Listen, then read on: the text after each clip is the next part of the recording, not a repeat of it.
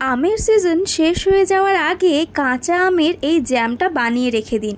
সারা বছরের সংগ্রহ তো বটেই, আর সেই সঙ্গে বাচ্চাদের টিফিনে পাউরুটির সঙ্গে মাখিয়ে পাঠিয়ে দেবেন। তাতে সকাল থেকে উঠে রান্নার ঝামেলাটা কিছুটা কমবে। কাঁচা আমের খোসা ছাড়িয়ে সেগুলোকে ছোট ছোট করে কেটে নিয়ে জলে নুন দিয়ে সেদ্ধ করে নেবেন। তারপর সেগুলো ছিদ্রযুক্ত বাটিতে ঠিক এইভাবে আমের পাল্পগুলোকে ঘষে ঘষে বের করে নিতে হবে, আর আমের এই শক্ত ভাগটা ফেলে দিতে হবে।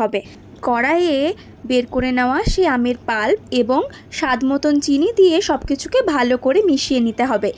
গ্যাসের ফ্লেম লো রাখবেন এবং কন্টিনিউয়াসলি মেশাতে থাকবেন, না হলে চিনিটা তলায় লেগে যেতে পারে। ভালোভাবে মেশানো হয়ে গেলে এবং চিনিটা একদম গলে গেলে ওপর থেকে ভিনিগার ছড়িয়ে সব কিছুকে আবারও ভালো করে মিশিয়ে নিলেই কাঁচা আমের জ্যাম একদম তৈরি। তারপর এটাকে সারা বছর সংগ্রহ করে রেখে দিন আর পাউরুটির সঙ্গে মাখিয়ে খেয়ে দেখুন। আশা করি আপনাদেরও খুবই ভালো লাগবে।